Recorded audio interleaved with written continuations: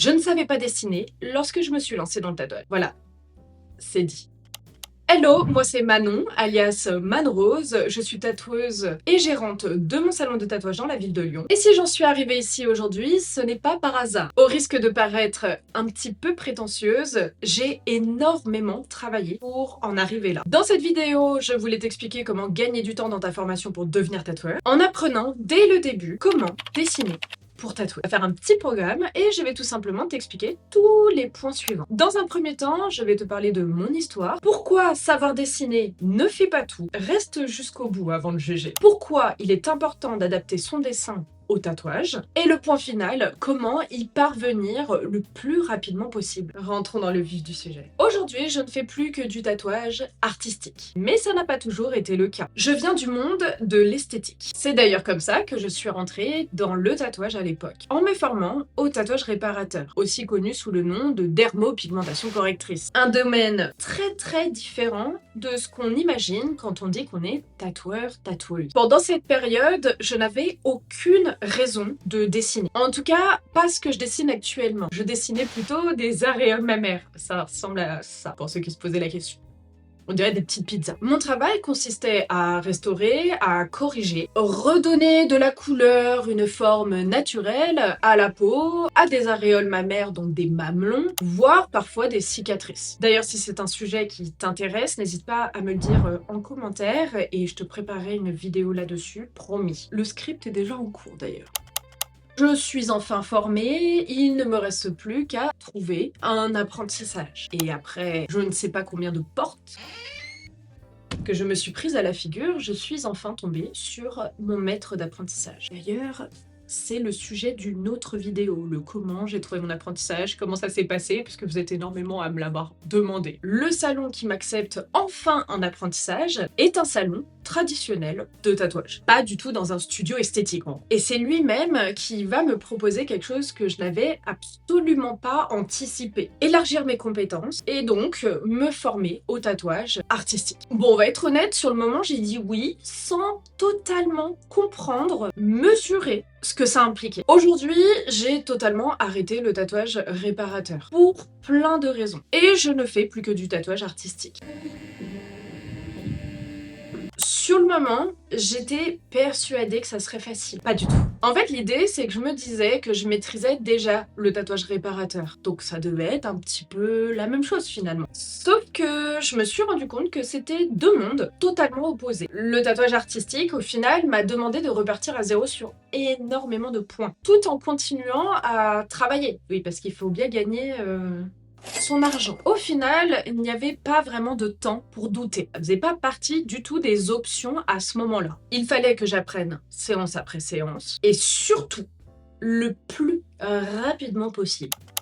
Sauf qu'il y a eu un énorme hic. Dessiner, ça, je savais faire. Pour ceux qui me suivent depuis longtemps, vous le savez, j'ai été en art à la Sorbonne et j'ai donc toujours pratiqué l'art plus généralement. Sauf que le type d'art que je pratiquais, c'était de l'aquarelle, des illustrations, etc., etc. Mais dessiner pour tatouer, ça c'est une toute autre affaire. Ce n'est pas la même logique de trait, ni de contraste, ni même la même façon de penser une composition. Et puis il y a autre chose que je n'avais pas imaginé à ce moment-là, et qui est pourtant hyper logique. Quand tu dessines sur du papier, tu n'as pas du tout à te préoccuper de son vieillissement dans le temps, sur 20 ans, 30 ans, et surtout sur un support qui bouge, qui vit. Et ce dernier n'est pas confronté à la prise ou à la perte de poids, par exemple. Bref, il a fallu que j'apprenne tout ça. Et en grande partie par moi-même. Alors pourquoi ça change tout, me direz-vous? Eh bien, comme je le disais, un tatouage, contrairement à un dessin, sur papier ou encore sur toile, doit être lisible dans le temps. Un mauvais choix, et c'est le résultat final, qui en payera le prix dans quelques années. Et savoir dessiner pour tatouer n'est absolument pas une question de style, parce que ça, on l'entend très souvent actuellement. Non, non,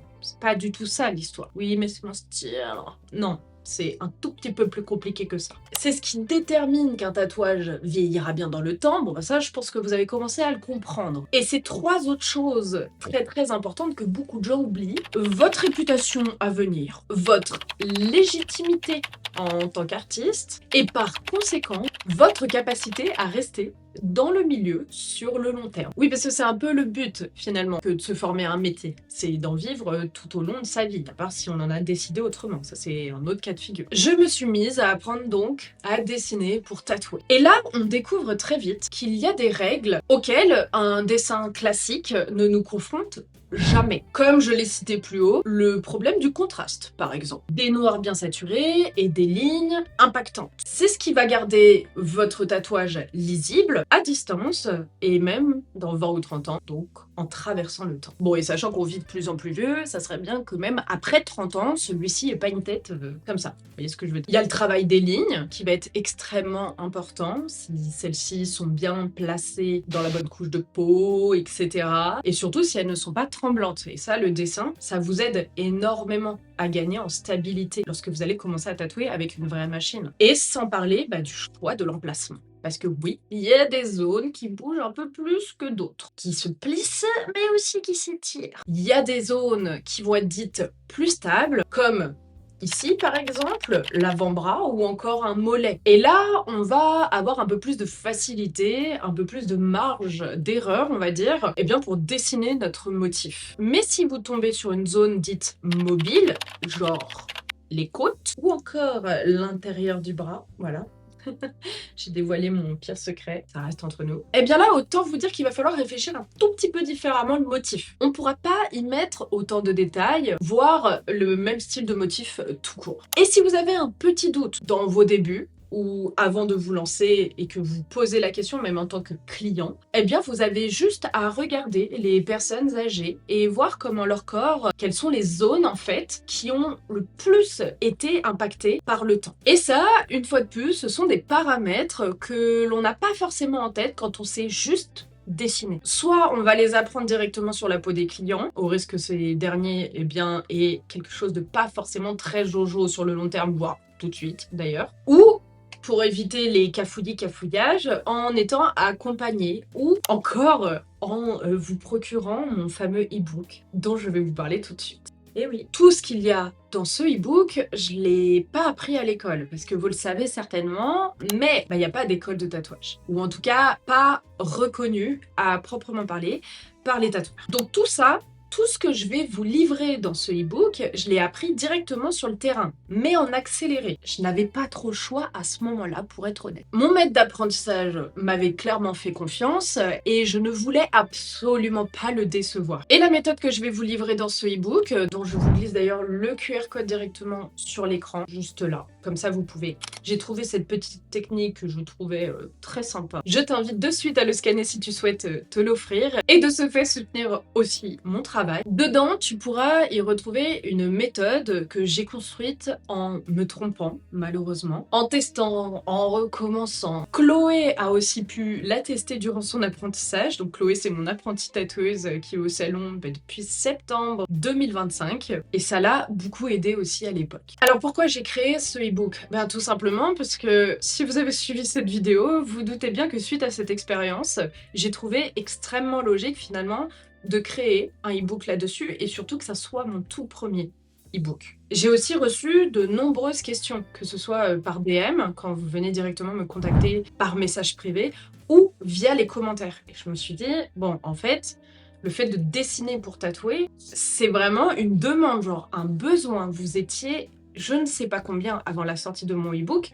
à me poser énormément de questions sur la viabilité de vos dessins. L'idée, vous l'aurez compris, c'est de gagner du temps, mais aussi vous éviter le stress et les doutes.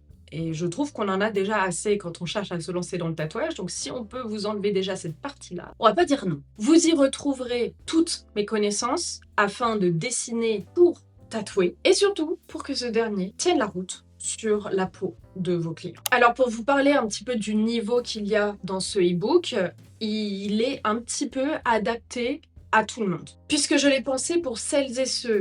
Mais pars-toi la petite mouche. Je l'ai pensé pour celles et ceux qui sont potentiellement déjà en apprentissage, ou bien comme je l'étais à l'époque, en reconversion, ou tout simplement qui sont en train de se lancer en autodidacte, ou qui cherchent tout simplement à avoir des bases en dessin, ils ne savent donc pas du tout dessiner et apprendre du coup directement à dessiner pour tatouer. Concrètement, il peut vous intéresser que vous partiez de zéro ou que vous sachiez déjà dessiner. Mon but, c'était vraiment que vous ayez des bases solides sans y passer des plombs, des années, pas comme moi quoi. Et entre autres, une des erreurs qui revient le plus et que vous allez pouvoir comprendre à travers ce e-book, c'est la quantité de détails que l'on peut mettre ou non dans un tatouage. Je ne cesserai de le répéter et vous allez me dire que c'est plutôt logique, mais on ne sait jamais. Un tatouage, ça reste pour la vie, c'est indélébile, et donc une petite erreur restera à vie sur vous ou sur votre client si vous êtes senti pousser des ailes et que vous avez pris des risques sur lui directement.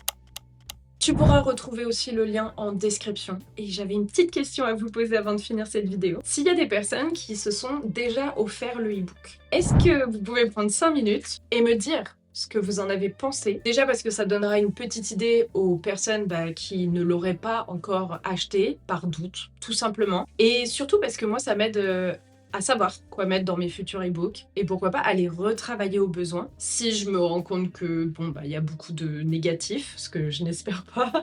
En tout cas, moi j'ai pas eu spécialement de négatifs pour l'instant, à part une personne qui ne l'a pas reçu et on a rectifié très vite le tir. J'ai très hâte de vous lire et merci à ceux qui prendront le temps de me donner leur point de vue et à quel point ça les a aidés ou non de se procurer ce e-book. Et sur ce, comme d'habitude, prenez soin de vous. Bye!